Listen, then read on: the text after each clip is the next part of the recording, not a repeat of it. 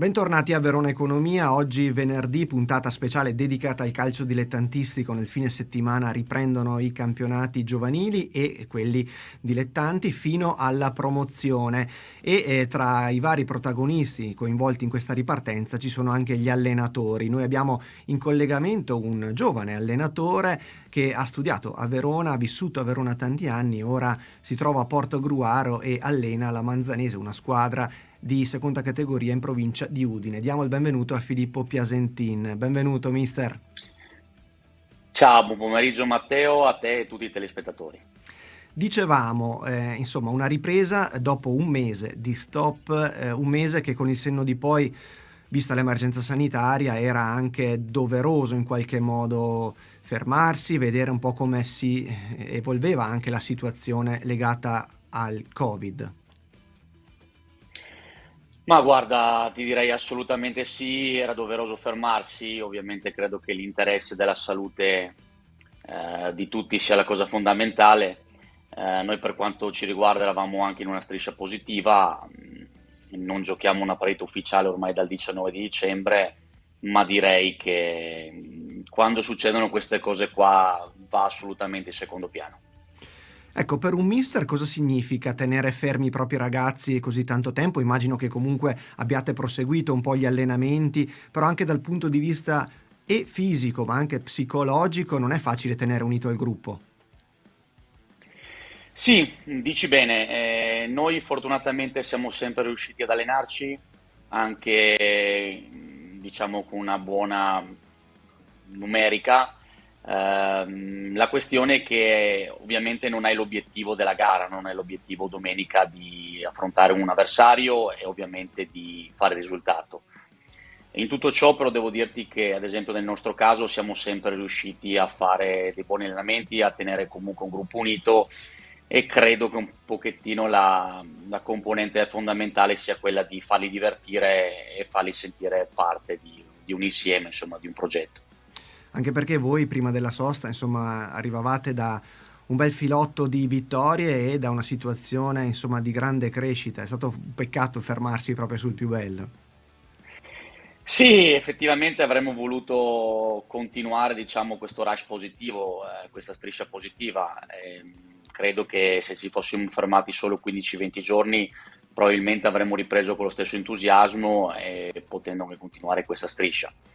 Ma ti dirò che questa lunga pausa ci ha permesso anche, insomma, di aggiustare qualcosina, provare delle soluzioni differenti e soprattutto dare anche un pochettino più di spazio nelle gare amichevoli, magari a qualcuno che ha giocato un po' di meno. E come vi siete preparati allora per questa nuova ripartenza? Giocherete domenica, immagino. E, insomma, che momento sarà per voi, per te, per i ragazzi, per la società? Ma guarda, in Friuli Venezia Giulia si riprende il 20. Noi Oh, questa settimana abbiamo fatto due amichevoli, di cui una martedì e una ne faremo domani. Vedo i ragazzi entusiasti, cioè nel senso che credo anche per loro finalmente rivedere la luce sia fondamentale e soprattutto avere un obiettivo, no, da porsi, quello di allenarsi per poi alla fine riuscire ad arrivare a un fine che è quella della competizione, che è quella della partita in questo caso. invece casi di positività, avete dovuto gestire qualche situazione all'interno del gruppo o no? Sì, noi abbiamo avuto tre casi a cavallo proprio delle vacanze di Natale con il nuovo anno. Devo dire che non è stato facile, nel senso, soprattutto abbiamo cercato di far sentire la vicinanza a questi ragazzi che comunque erano integrati all'interno del gruppo, che ci mancavano soprattutto le loro figure dal punto di vista caratteriale e empatico e poi anche nel momento in cui possono riprendere dopo la visita servono sempre almeno 10-15 giorni per averli in una forma discreta, ecco, non definirei ottimale, ma perlomeno discreta sì.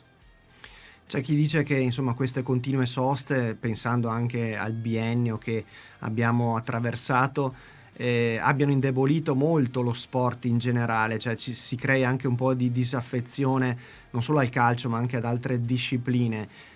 Per la tua esperienza è così oppure tutto sommato i tuoi ragazzi o comunque le persone che hai avuto attorno hanno tenuto una sorta di attaccamento a questo sport che è il calcio dilettantistico?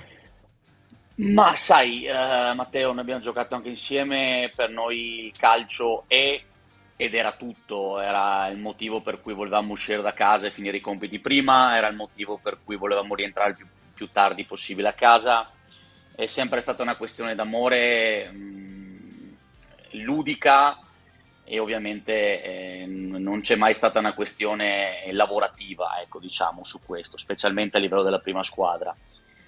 Io credo che in questi ultimi anni, sai, con la possibilità anche di fare molti sport, si è ampliata anche un po' l'offerta, la possibilità di quello che possono fare i ragazzini d'oggi. Non sia facile, ecco, indirizzarli in uno sport in maniera univoca. Però io credo che il calcio raccolga sempre tanto entusiasmo, però credo che anche ci debba essere un lavoro migliore da parte delle società, appunto, per tenersi stretti questi ragazzini, farli divertire in modo sano, e mi rivolgo soprattutto poi a avere anche dei tecnici, degli istruttori competenti che sappiano non pensare ai loro interessi, ma agli interessi appunto di far crescere questi ragazzini sotto tanti profili. Ecco, chiuderei proprio su questo aspetto. Sappiamo che tu hai fatto tutto un percorso anche ufficiale con la federazione per ottenere, diciamo, l'attuale attestato di allenatore, poi ci dirai anche il tuo status attuale, ma al di là di quello è importante che nel calcio anche dilettantistico si affaccino persone qualificate e che fin dalle prime categorie, insomma quelle più giovani, già dalle scuole calcio ci siano dei professionisti che possano far crescere i giovani, solo così probabilmente si crea anche una mentalità.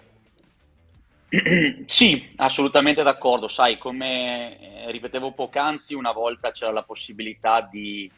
Cioè, il calcio era l'unica cosa che avevamo e la facevamo o all'oratorio o al campo sportivo tramite la società del nostro paese, e c'era magari l'allenatore che era, o l'istruttore che era il postino, che lavorava all'anagrafe, che lavorava a turni, cioè dunque quelle poche persone che avevano tempo per poter professare la loro passione. Ora, appunto, che l'offerta è diversificata, si è anche implementata, come abbiamo detto prima, con tanti altri sport, io credo che specialmente nell'attività di base, perché è la cosa iniziale con cui i ragazzini si affacciano al gioco del calcio, ci devono essere comunque delle persone professionali realmente, che conoscano bene l'evoluzione fisica, psichica e pedagogica. Dunque, non devi essere più un solo allenatore, ma devi essere veramente un conoscitore profondo, ecco, dell'evoluzione del bambino, sotto tutti, come abbiamo detto prima, i profili. Dunque, fisico, psicologico e ovviamente tecnico-tattico. Grazie allora a Filippo Piasentin, allenatore, e in bocca al lupo per la ripresa che in Friuli Venezia Giulia, come hai sottolineato, sarà il 20, mentre in Veneto già da questo fine settimana. Grazie per essere stato con noi. Grazie a te, Matteo, e buona serata a tutti. Arrivederci. Noi adesso lasciamo spazio alla musica e ci vediamo tra poco.